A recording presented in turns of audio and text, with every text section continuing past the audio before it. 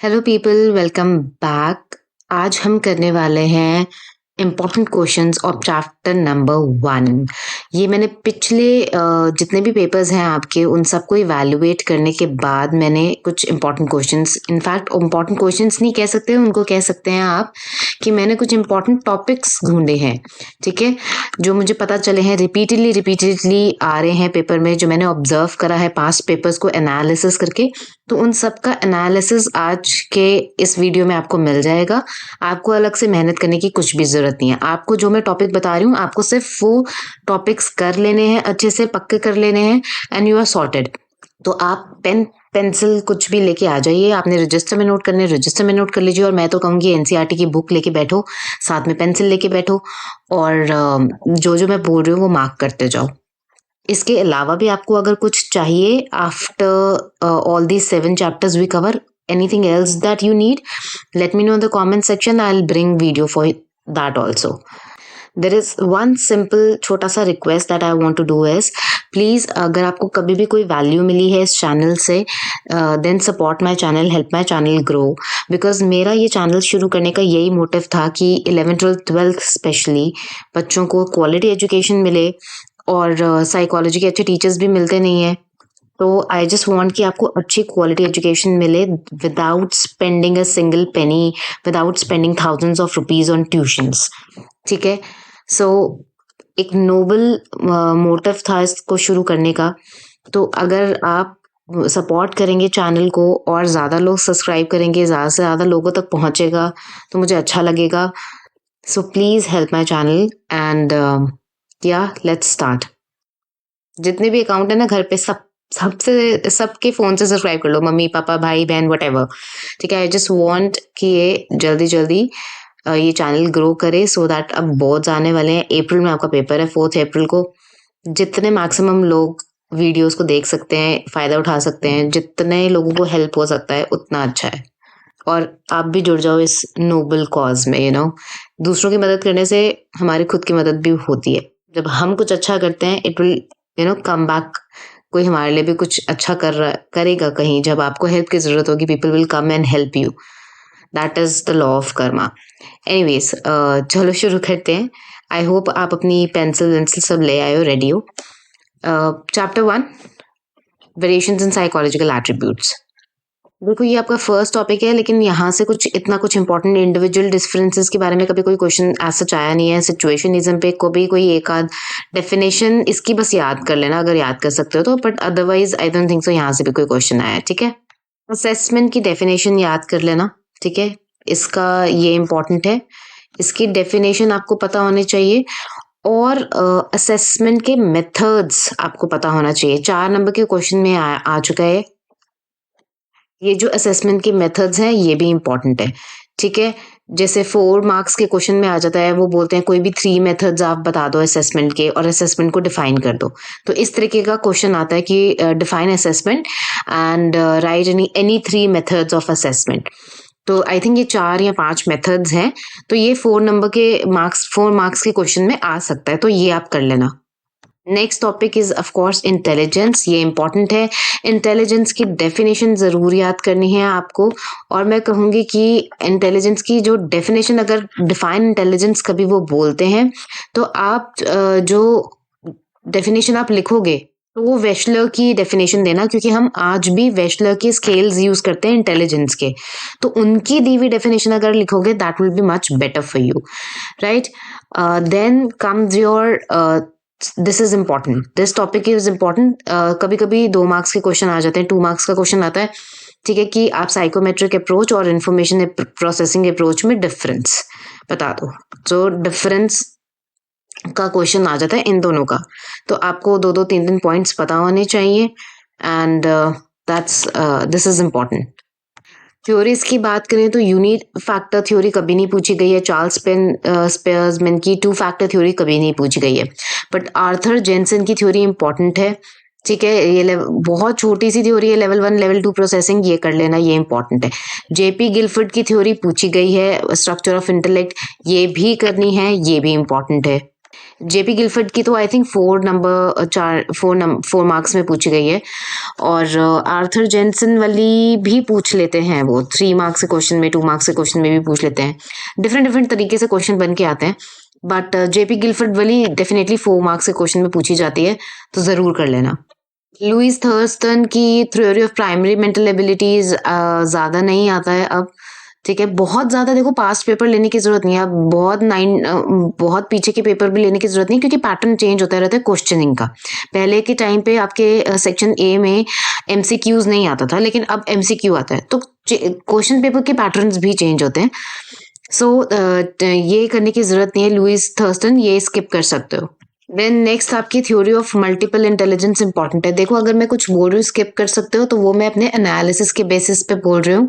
अगर आपको याद है तो वेल एंड गुड, बट जो मैं आपको टॉपिक्स बता रही हूँ उस पे आपको ज्यादा फोकस करना है। उसके बाद अगर आपके पास टाइम बचता है तो डेफिनेटली आप एक्स्ट्रा भी करके जाइए, क्योंकि जरूरी नहीं है, मतलब मैं कोई सीबीएसई वालों में से तो हूं नहीं ना, मेरी उनसे कोई सेटिंग है कि मैं आपको बता सकूं एग्जैक्टली पेपर में क्या आ रहा है, ठीक है। ये मेरे अपने एनालिसिस के बेसिस पे मैं आपको बता रही हूँ कि ये चीजें बार बार पूछी गई हैं और ज्यादा फोकस करना है आपको इस पे। बट प्लीज अगर आपके पास टाइम है तो आप जितना कवर कर सकते हैं कवर करिए, ठीक है। थ्योरी ऑफ मल्टीपल इंटेलिजेंस आता है, और इसमें मैं एक बात बता दूं, ये इंटरपर्सनल इंट्रापर्सनल के बीच में एक बार डिफरेंस भी पूछ लिया था 2 मार्क्स में, तो आपको इसका डिफरेंस क्लियर होना चाहिए कि इंट्रापर्सनल या इंटरपर्सनल थ्योरी में क्या नॉट थ्योरी, इंटरपर्सनल और इंटरपर्सनल में क्या डिफरेंस है इंटेलिजेंस में, ठीक है। कई बार कोई केस स्टडी ऐसे दे देते हैं जहाँ पे इंट्रापर्सनल या जहाँ पे इंटरपर्सनल इंटेलिजेंस आपको केस स्टडी में देखने को मिलेगी, और वो आपसे पूछ लेंगे कि यहाँ पे आपको कौन सी टाइप ऑफ इंटेलिजेंस देखने को मिल रही है। तो इस तरीके से क्वेश्चन आ सकते हैं, तो आपको अगर कंसेप्ट क्लियर होगा you will be able to attend it nicely, right. Then आगे चलते हैं। ट्रायर की थ्योरी ऑफ इंटेलिजेंस, इसमें तो कोई कहने की बात ही नहीं है, बहुत इंपॉर्टेंट है। ट्रायर की theory of intelligence Robert Sternberg की, it is very very important. और इसमें जो सबसे इम्पॉर्टेंट चीज़ है वो है आपका कंपोनेंट जो है एक्सपीरियंशियल वाला। ये तो आपको कंसेप्ट अच्छे से आना चाहिए। ज्यादातर क्वेश्चन इसी कंसेप्ट पे आए हैं, और किस फॉर्मेट में आए हैं, मतलब कोई इनफैक्ट 4 मार्क्स का क्वेश्चन भी आया हुआ है इस पे, तो वो आपको कुछ ना कुछ इस तरीके से बताएंगे, कुछ लाइंस की, एक बच्चे के पास मतलब अपने वो प्रॉब्लम्स को सॉल्व करने के लिए पास्ट एक्सपीरियंसेस को यूज कर रहा है, या वो न्यू डिस्कवरीज करने के लिए, इन्वेंशन करने के लिए वो डिफरेंट इंटीग्रेट कर रहा है डिफरेंट एक्सपीरियंस को, कि इस तरीके से आपको वर्डिंग्स होंगी। तो ये आपको एक्सपीरियंशियल स्पेशली अच्छे से पता होना चाहिए। अगर आपको कंसेप्ट क्लैरिटी होगी अगेन, देन आप उसको अटेंड कर पाओगे। सो ट्रायर की थ्योरी ऑफ इंटेलिजेंस बहुत इंपॉर्टेंट है। कई बार वो स्ट्रेट अवे बोल देते हैं लिखने के लिए, और कई बार सिर्फ एक्सपीरियंशियल वाला पार्ट है, आपको डिफाइन बताना होता है कि जो केस स्टडी में या जो भी उन्होंने क्वेश्चन दिया उसमें जिसकी वो बात कर रहे हैं वो किस तरीके की इंटेलिजेंस की बात हो रही है, वहां पे कौन सी इंटेलिजेंस का यूज किया जा रहा है, तो आप लिखेंगे एक्सपीरियंशियल इंटेलिजेंस का वहां पे यूज हो रहा है, and then you will defined experiential intelligence. But इसका मतलब ये नहीं है कि आप ये नहीं लिखेंगे कि ये ट्रायर की थ्योरी ऑफ इंटेलिजेंस का पार्ट है, रॉबर्ट स्टर्नबर्ग ने दिया है, और उसके 2 और कंपोनेंट्स भी हैं, कॉम्पोनेंशनल है, एक्सपीरियंशियल है, कॉन्टेक्चुअल है।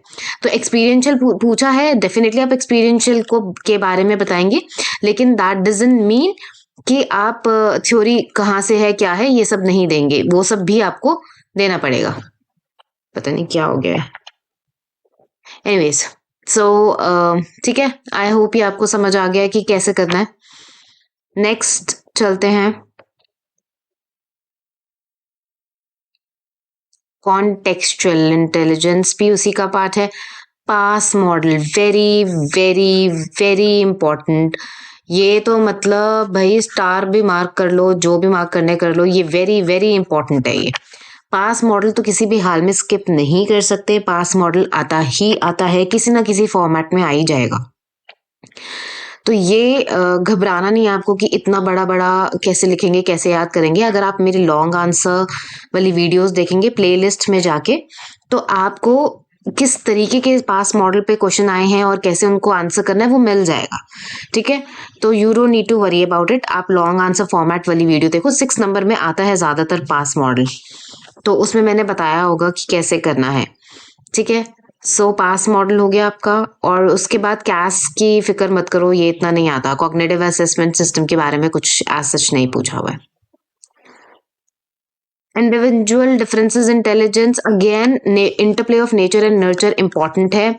इस पे भी क्वेश्चन आते हैं कि जैसे इस पे क्वेश्चन आया था कि हेरिडिटी क्या रोल प्ले करती है हमारे इंटेलिजेंस में, राइट। सो आपको I think long answer question में शायद इस पे एक मैंने आंसर लिखा हुआ है इसका क्वेश्चन का, तो वो आपको मिल जाएगा उसमें। तो ये ट्विन ये जो रेशियो है ना, ये जैसे 90% आता है, फिर 72, ये कोरिलेशन के जो डिजिट्स हैं ये आपको पता होना चाहिए। ये एक टेबुलर फॉर्म में लिख लेना, टेबल के फॉर्मेट में बना लो, and that's how you can learn. Long answer format वाली क्वेश्चन की जो वीडियो है प्लेलिस्ट में आपको मिल जाएगी, जरूर चेकआउट करना। काफी सारी चीजें आपको उसमें समझ आ जाएंगी कि कैसे आंसर करना है अगर लंबा क्वेश्चन आता है तो, ठीक है जी। फिर उसके बाद कुछ छूट तो नहीं गया इधर?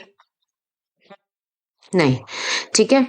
काफी टाइम से तो वैसे एमए निकालने के लिए बोला नहीं है, बट कभी कभी सीए क्रोनोलॉजिकल एज निकालने के लिए भी बोल देते हैं, कभी आईक्यू निकालने के लिए एमए। तो ये अगर आपको, वो तो ये सिंपल मैथ्स है कि यार मतलब दो चीजें दी हुई हैं, तीसरी चीज एक्स है, वो निकालनी है तो आप कैसे निकालोगे, ठीक है।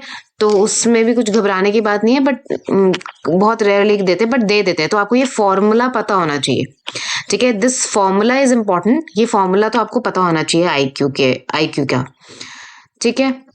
नेक्स्ट चलते हैं नॉर्मल कर्व का। देखो नॉर्मल कर्व का ये जो है डेफिनेशन सा थोड़ा आपको आइडिया होना चाहिए। ये ऐसा नहीं है कि बहुत इंपॉर्टेंट है और बहुत बार पूछा है, लेकिन अगर आप इसको थोड़ा समझ पाओ कि ये बेल शेप कर्व को हम नॉर्मल कर्व कहते हैं, फ्रीक्वेंसी डिस्ट्रीब्यूशन आईक्यूज को कि जो है normally most of the people they tend to fall in middle range of the distribution. तो ये थोड़ा अगर आपको समझ आ जाए तो अच्छी बात है। अगर आप ध्यान रख सकते हो और अगर ये डायग्राम बना सकते हो या याद रह सकता है तो अच्छी बात है। ये डायग्राम से आपको अच्छे मार्क्स मिल जाएंगे इंस्टेंटली। एक आध बार पूछा है बस उन्होंने, मतलब ऐसे नॉर्मल कर्व पैटर्न का ये डायग्राम सा आपको जिसमें बनाना है, अदरवाइज तो नहीं। बट या it will help you gain marks अगर आप ये डायग्राम याद कर सकते हो। बट नॉर्मल कर्व का तो सिंपल सा ही है, उसमें कुछ ज्यादा नहीं है, ठीक है। वेरिएशन इन इंटेलिजेंस के बारे में अगर मैं बात करूं तो ये टॉपिक इंपॉर्टेंट है। इसमें क्या करना है आपको ये याद रखना है, माइल्ड मॉडरेट सिवियर प्रोफाउंड, ये वाली चीज आपको याद रखनी है। ये रेंज इसकी जो है ये भी आपको याद रखनी है कि क्या रेंज है। और क्वेश्चन आया था एक बार कि सिवियर और प्रोफाउंड में डिफरेंस क्या है, ठीक है। Difference between severe intelligence and profound.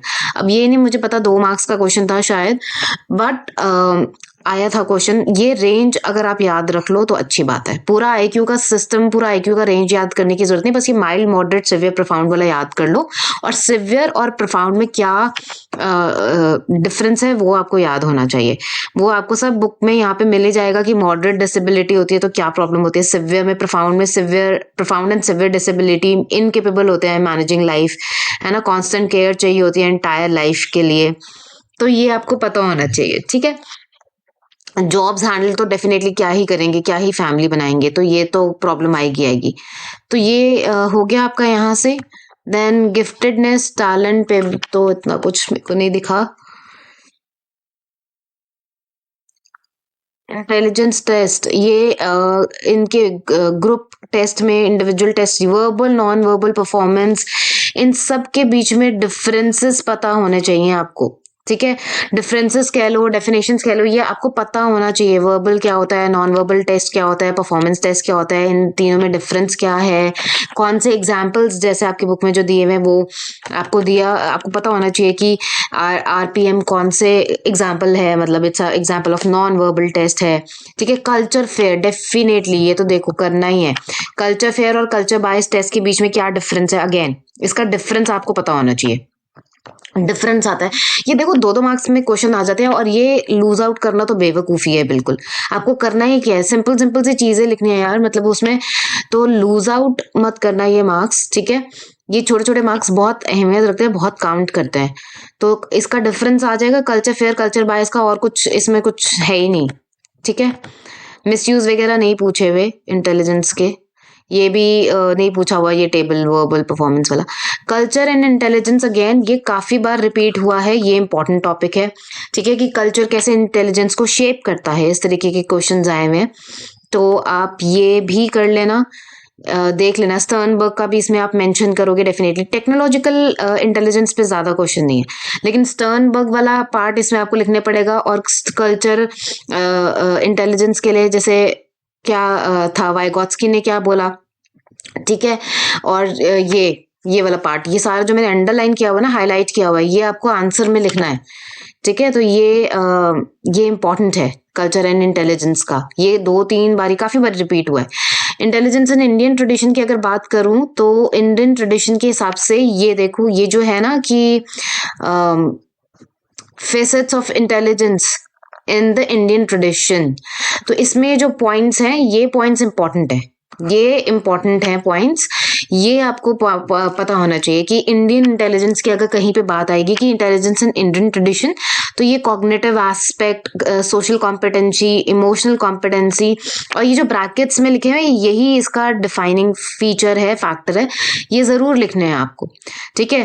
कि जैसे अगर सोशल कॉम्पिटेंसी की बात कर रहे हैं तो नीड, उनको कंसर्न रहता है दूसरों के लिए, कमिटमेंट रहती है एल्डर्स के लिए, इस पे क्वेश्चन आ जाते हैं। आई थिंक एक क्वेश्चन मैंने इस पे अपने सेक्शन ए में आया था शायद, और वो मैंने पोस्ट किया था उसमें कम्युनिटी पोस्ट में, ठीक है। तो ये चीजें अगर आपको पता होगी, सोशल कॉम्पिटेंस में commitment to elders and young है, नीडी के लिए कंसर्न है, ठीक है, तो आप इजीली उसको कर पाओगे। कॉग्निटिव में प्रॉब्लम सॉल्विंग है, अंडरस्टैंडिंग है, और इमोशनल में सेल्फ के बारे में है, सेल्फ एवल्यूएशन क्या है, सेल्फ मॉनिटरिंग, ऑनेस्टी, ठीक है। तो ये आपको पता होना चाहिए, ये इंपॉर्टेंट है, इस पे क्वेश्चन आ जाता है। एंटरप्रेन्योर में विजिलेंस चाहिए होगी आपको, कमिटमेंट, परसिस्टेंस चाहिए होगा, पेशेंस, हार्ड वर्क, गोल डायरेक्शन, ये सब चीजें होंगी तो आप एंटरप्रेन्योर मतलब बिजनेस खड़ा कर पाओगे। तो ये अच्छे से आपको चारों चीजें पता होनी चाहिए। इमोशनल इंटेलिजेंस पे अगेन मैंने कुछ क्वेश्चन एज सच नहीं देखा है, तो you can skip that. Special abilities पे भी कुछ खास नहीं था। देन क्रिएटिविटी, हाँ क्रिएटिविटी पे इम्पोर्टेंट है, क्रिएटिविटी आपको करना है। क्रिएटिविटी में भी क्रिएटिविटी टेस्ट, ये क्रिएटिविटी एंड इंटेलिजेंस ये इंपॉर्टेंट टॉपिक है, ठीक है। क्रिएटिविटी एंड इंटेलिजेंस का इंपॉर्टेंट टॉपिक है, इस पे क्वेश्चंस आए हैं डेफिनेटली। जैसे इस पे क्वेश्चन था कि क्रिएटिविटी और इंटेलिजेंस का क्या रिलेशनशिप है, और important features of creativity test वो भी पूछा था, तो वो आपको पता होना चाहिए।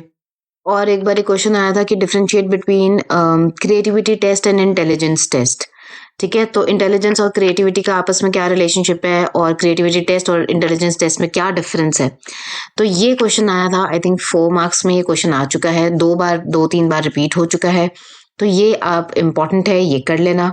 एंड आई थिंक इसके बाद तो चैप्टर शायद खत्म ही है ऑलमोस्ट। हाँ, we are done, so we are done.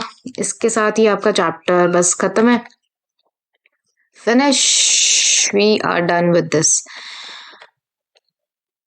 So chapter 1 से यही सारे इंपॉर्टेंट टॉपिक्स हैं। ऐसे करके हम अब आगे चैप्टर 2, 3, 4, 5, 6, 7 सब कवर करेंगे। Make sure that you subscribe this channel, it's my humble request to you. Please do give me a thumbs up अगर कुछ और भी आपको चाहिए, like you want me to make videos for something else also, let me know in the comments section, and I'll see you next time. Keep learning, keep revising. Bye.